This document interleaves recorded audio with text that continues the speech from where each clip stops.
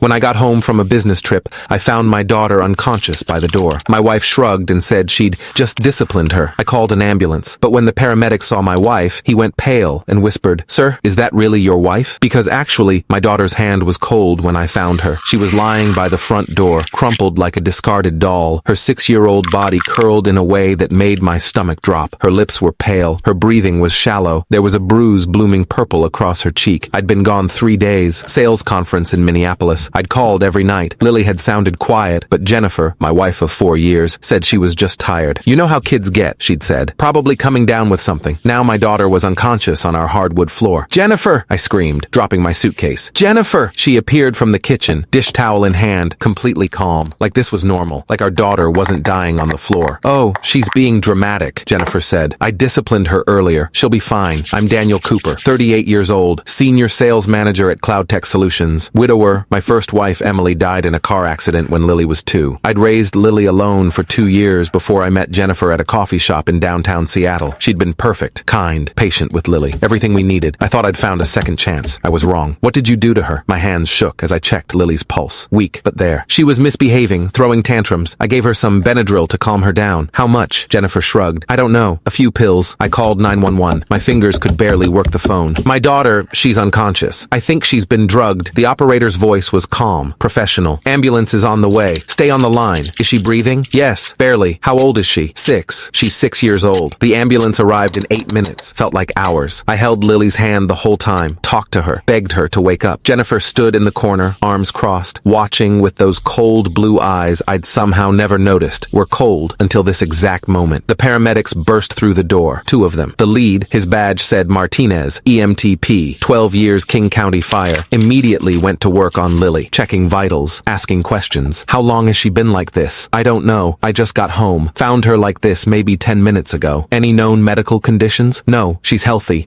Martinez looked up at Jennifer. His face changed, went from professional concern to something else. Recognition, fear. He stood up slowly, walked toward her, stared. "Sir," he said quietly, not taking his eyes off my wife. "Is that really your wife?" "Yes, Jennifer. Jennifer Walsh." "Why? What's her maiden name?" "Morrison. Jennifer Morrison." "Why are you—" Martinez pulled out his phone, typed something, showed me the screen. It was a news article from Portland, Oregon, dated November 2021. The headline, "Woman arrested in child abuse case. Stepson hospitalized with suspicious injuries." The photo showed a woman who looked exactly like my wife. Same blonde hair, same sharp features, same cold eyes, but the name was different. Sarah Jensen. "Because she's Sarah Jensen," Martinez said, his voice tight. "She was investigated in Oregon 2 years ago. Her stepson almost died." My blood turned to ice. "What are you talking about?" "Charges were dropped on a technicality. Something about chain of custody on the evidence. But that kid, Dylan Martin, 8 years old, he had the same symptoms I'm seeing here. Severe dehydration, unexplained bruising, sedatives in his system. His father didn't know until the school called CPS." I looked at my wife. She stood in the corner, arms still crossed, face completely blank, not scared, not surprised, just annoyed. "That's ridiculous," she said calmly. "I've never been to Oregon. This man is clearly confused." "Ma'am, I worked that case," Martinez said. "I was the paramedic who responded when Dylan was found unresponsive at school. I testified at the preliminary hearing." "That's you. You're mistaken." Martinez turned to his partner. "Load her up. Priority 1, possible drug overdose and suspected abuse. I'm calling this in." They strapped Lily to the gurney, so small, so pale, my baby girl. "I'm riding with her," I said. "Sir, you should follow in your car." "I'm riding with her," Martinez nodded. "Understood." As they loaded Lily into the ambulance, I looked back at Jennifer. She was already on her phone, texting someone, completely calm. The ambulance ride took 17 minutes. 17 minutes of watching Lily's chest rise and fall weakly. 17 minutes of Martinez explaining what he knew. "The Oregon case was bad," he said quietly. "Kid was hospitalized 3 times in 6 months. Always when the dad was traveling for work. Always with the stepmom's explanation that he was clumsy, accident-prone, sickly. The 3rd time, a nurse noticed the pattern, called authorities. What happened? They arrested her. Sarah Jensen. But her defense attorney got the evidence thrown out. Something about the blood tests being improperly logged. Without that, they couldn't prove she'd drugged the kid. Case fell apart. She disappeared before they could file new charges." "And you're sure it's her?" "I'm positive. I'd recognize that face anywhere. Haunted me for months." At Seattle Children's Hospital, they rushed Lily into emergency. I paced in the waiting room while they ran tests, called her pediatrician, called my mother, called my boss, didn't call Jennifer, didn't want to hear her voice. At 11:47 p.m., Dr. Patricia Chen came out, 46 years old according to the hospital website, 22 years in pediatric emergency medicine. Her face was grim. "Mr. Cooper, your daughter has been drugged with diphenhydramine, that's Benadryl, at levels consistent with 100 150-pound adult dosage. She's also severely dehydrated, malnourished, and has bruising consistent with physical abuse. We found older bruises in various stages of healing. My knees went weak. I sat down hard. How long? I asked. Based on the malnutrition and dehydration? Weeks, maybe months. The bruising patterns suggest ongoing physical abuse over an extended period. I've been home. I would have noticed. Mr. Cooper, abusers are very good at hiding what they do. And you said you travel frequently for work? 2 to 3 times a month, usually 3 or 4 days at a time. That's when it would have happened, when you weren't there to see. A police officer arrived. Detective Raymond Foster, Seattle PD Child Abuse Unit, 19 years on the force. He took my statement, asked about Jennifer, asked about our marriage. I told him everything. How we'd met 4 years ago. How she'd seemed perfect. How Lily had seemed to like her at first. At first? Foster asked. The last year, Lily's been different, quieter, more anxious. I thought it was just adjustment. New school, growing up, her mom being gone. I never thought, Mr. Cooper, I need to ask, did you ever see your wife hurt Lily? No, never. I would have. Did Lily ever say anything? I thought back, tried to remember. There was something. 6 months ago, Lily had asked me, Daddy, does Jennifer love me? I'd said, of course she did. Asked why she'd ask that. She's just different when you're not home. Different how? Just different. I'd brushed it off. Thought Lily was being sensitive. Thought she was still struggling with having a stepmom instead of her real mom. God, how could I have been so blind? I need to talk to your wife, Foster said. She's at our house, 2847 Maple Avenue. He left. I stayed with Lily. She woke up around 2 a.m., groggy, confused. When she saw me, she started crying. I'm sorry, Daddy. I'm sorry. I didn't mean to be bad. Baby, you're not bad. You're not bad at all. Jennifer said I was bad. Said I deserved it. Said if I told you, nobody would believe me because I'm just a kid and she's the grown-up. My heart shattered into 1,000 pieces. I believe you, sweetheart. I believe you completely. Jennifer came home that night like nothing had happened. Detective Foster had gone to our house, but she'd refused to answer questions without a lawyer. They couldn't arrest her. Not yet. Not without more proof. She texted me at 2:34 a.m. Where are you? I'm worried. I didn't respond. She texted again at 3:15 a.m. Dan, please. I know you're upset, but we need to talk. Lily has behavioral issues. I was just trying to help. She needs structure, discipline. You've been too soft on her since Emily died. I blocked her number. At 6:01 a.m., I called my buddy Marcus Chen. We'd gone to college together. He worked in tech security now, running his own firm specializing in digital forensics and background investigations. Marcus, I need everything you can find on Jennifer Walsh. Born 1985, married me in 2019. What's going on? I told him. Everything. He went quiet for a long time. I'll call you back, he said. He called back 2 hours later. Dude, your wife doesn't exist before 2018. What? No credit history. No social media before that year. Her driver's license was issued in Washington in 2018. Her social security number is real, but there's no employment history before 2018. No tax records, no college transcripts. It's like she appeared out of nowhere. My hands started shaking. Can people even do that? Sure, if they know what they're doing. Change your name, move states, create a new identity. Not exactly legal, but not impossible. Especially if you're running from something. I dug deeper. Found the Oregon case Martinez had mentioned. Spent 4 hours on Google, LexisNexis, public records databases. Found it. Sarah Jensen. Arrested November 2021 in Portland for felony child abuse. Her stepson Dylan Martin, 8 years old, hospitalized with drug overdose and suspicious injuries. Charges dropped January 2022 when evidence was ruled inadmissible. Subject failed to appear for rescheduled hearing. Warrant issued. There was a photo in the court records. Jennifer. Absolutely Jennifer. Same face, same cold eyes. I kept digging. Found another case. Phoenix, Arizona. March 2019. Rachel Morrison. Arrested for endangering a child. Stepdaughter, 7 years old. Found unresponsive at school. Same pattern. Drugs, malnutrition, bruising. Charges dropped when key witness, the father, refused to testify. Case notes indicated he'd been convinced his daughter was lying and threatened by the defendant. The case was sealed because the victim was a minor. But I found the father's name in related civil filings. Robert Morrison. He'd filed for divorce and emergency custody 3 months after the criminal case fell apart. I called information, got a number, left a voicemail. Mr. Morrison, my name is Daniel Cooper. I think my wife might be your ex-wife, Rachel. I need to talk to you. Please. It's about my daughter. He called back 30 minutes later. Is your daughter okay? His voice was rough, urgent. She's in the hospital. She'll survive, but she's a monster. The words came out flat. Dead. Rachel, whatever she's calling herself now, she gets off on it, hurting kids, specifically stepkids. She finds single fathers, plays the perfect girlfriend, the devoted stepmom. Then once she's locked in, married, living together, integrated into the family, she starts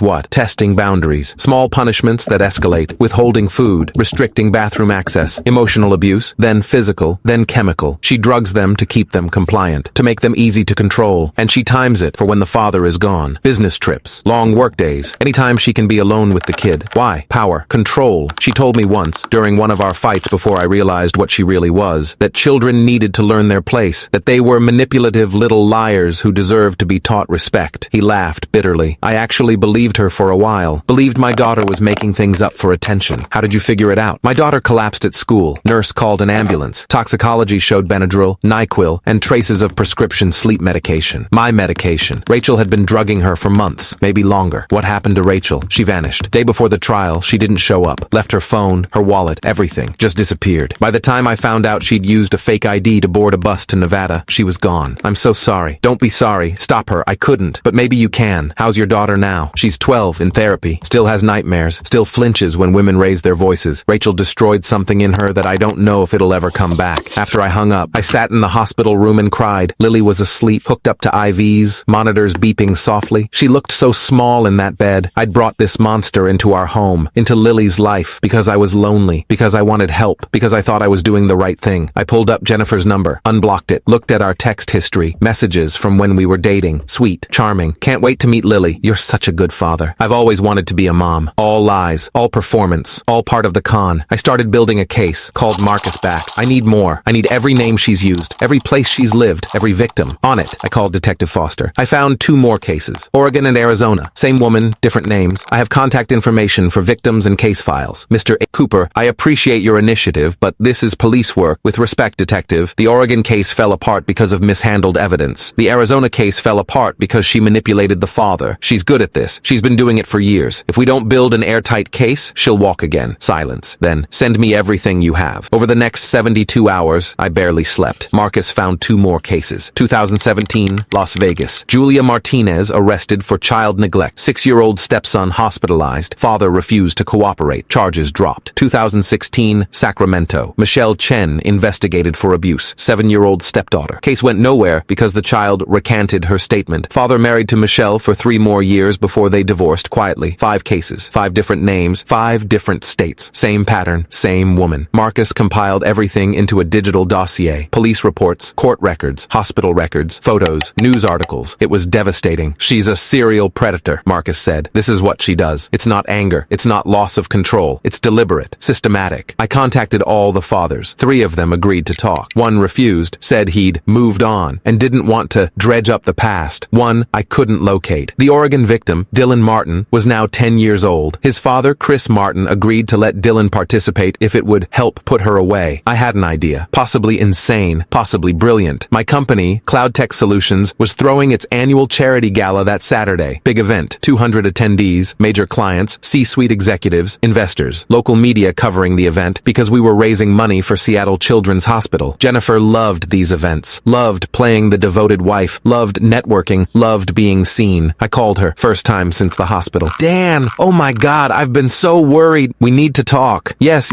absolutely. I'll come to the hospital. Not here. Lily doesn't want to see you. Silence. Then colder. She's manipulating you. She's always been difficult, jealous of our relationship. Emily spoiled her, and now the gala is Saturday. We need to put on a united front for the company, for appearances. Another pause. I could practically hear her calculating. You want me to come to the gala? The company needs us to look stable. Lily's situation is complicated, but we're handling it. Private family matter. You know how clients are? They talk. We need to show everything's fine. Everything is fine. Once you listen to my side, Saturday, 7 p.m., Fairmont Hotel. Wear the blue dress. I hung up before she could respond. Then I made calls. So many calls. Detective Foster, I need you at the Fairmont Saturday night in plain clothes with backup. Chris Martin from Oregon. Can you and Dylan be in Seattle this weekend? I'll cover all expenses. Robert Morrison from Arizona. I'm organizing something. I need you there. Marcus, I need a projector, a wireless one, and your help setting up a presentation. Jennifer Martinez, the paramedic. I need you to testify about Oregon, publicly. My boss, Karen Walsh. I need 10 minutes during the awards portion. Trust me. Everyone said yes. Saturday arrived. The Fairmont Olympic was decorated beautifully. Chandeliers, ice sculptures, open bar, live jazz band, 200 people in formal wear, schmoozing and drinking champagne. I wore my best suit, smiled, shook hands, networked, played the part. Jennifer arrived at 7:47 p.m. Blue dress, hair perfect, makeup flawless. She looked like a magazine ad for the perfect wife. She kissed my cheek. Thank you for this, for giving us a chance to work things out. Of course. I introduced her to clients, colleagues. She charmed everyone, laughed at jokes, complimented dresses, asked about children with exactly the right amount of interest. She was very, very good at this. At 9:15 p.m., the awards portion began. My boss, Karen, took the microphone. Thank you all for coming tonight. We've raised over $300,000 for Seattle Children's Hospital. hospital. That money will directly support families dealing with pediatric emergencies, families like our own Daniel Cooper's. Polite applause. Jennifer smiled, squeezed my hand. Dan, would you like to say a few words? I stood, walked to the stage, took the microphone. Jennifer's smile was radiant. Thank you all for being here tonight, I said. Child safety is personal to me, especially this week, because 6 days ago I came home from a business trip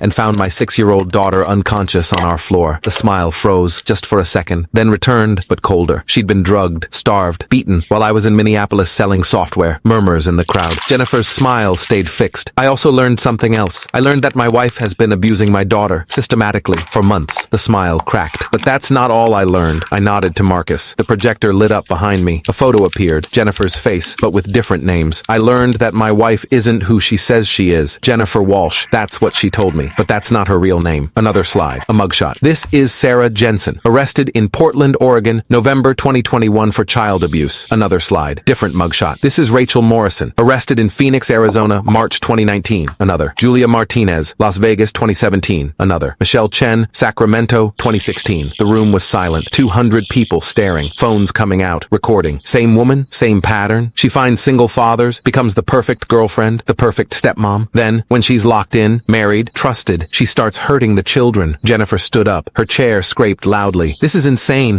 Daniel is having a breakdown. He's lying. That's my stepson. A voice from the back. Chris Martin stood up. Dylan beside him. The boy pointed at Jennifer. You almost killed me. You put pills in my food. You locked me in the closet. You told my dad I was lying. Another voice. Robert Morrison stood. You put my daughter in a coma. She was 7 years old. Jennifer's face twisted. The mask finally dropping completely. You people are... This is... Detective Foster stepped forward from the crowd. Plain clothes, but now showing his badge. Sarah Jensen, also known as Rachel Morrison, Julia Martinez, Michelle Chen, and Jennifer Walsh, you're under arrest for child endangerment, fraud, identity theft, and felony assault. She ran. Actually ran toward the exit, heels clicking on marble. The detective from Portland, Lauren Hayes, 16 years on the force, flown in specifically for this, stepped in front of the door. You also have an outstanding warrant in Oregon. You're not going anywhere. Foster and Hayes moved in. Jennifer fought, screamed, called me every name imaginable. You'll regret this, you manipulative bastard. You set me up. I smiled. Couldn't help it. No, you'll regret thinking I wouldn't fight back. Every single person in this room is a witness. This footage, I pointed to the news crew in the corner, camera rolling, is already viral. You're done hiding. As they cuffed her, she looked at me, pure hatred in those cold blue eyes. Your daughter deserved it, she hissed. She was a whiny little brat just like all the others. The room gasped. The cameras kept rolling. They dragged her out. She was screaming the whole way. The gala dissolved. People talking, crying. Several clients hugged me, told me they were sorry, told me Lily was lucky to have me. The next morning, it was everywhere. News coverage, social media, serial child abuser exposed at charity gala. The video had 5 million views by noon. Jennifer, Sarah, Rachel, whatever her real name was, sat in King County Jail awaiting trial. No bail, flight risk, with a history of fleeing jurisdiction. Detective Foster built the case methodically. 5 states, 5 victims, forensic evidence, digital evidence, testimonies. The trial was 4 months later. Jennifer pleaded not guilty. Her lawyer tried to claim I'd set her up, that I'd fabricated evidence, that the victims were lying. Dylan Martin testified. 10 years old, voice shaking, but clear, described what she'd done to him, the pills, the punishments, the fear. Robert Morrison's daughter testified via video, now 12. She described being locked in bathrooms for hours, being told she was worthless, being drugged when she tried to tell anyone. Lily testified too. My brave,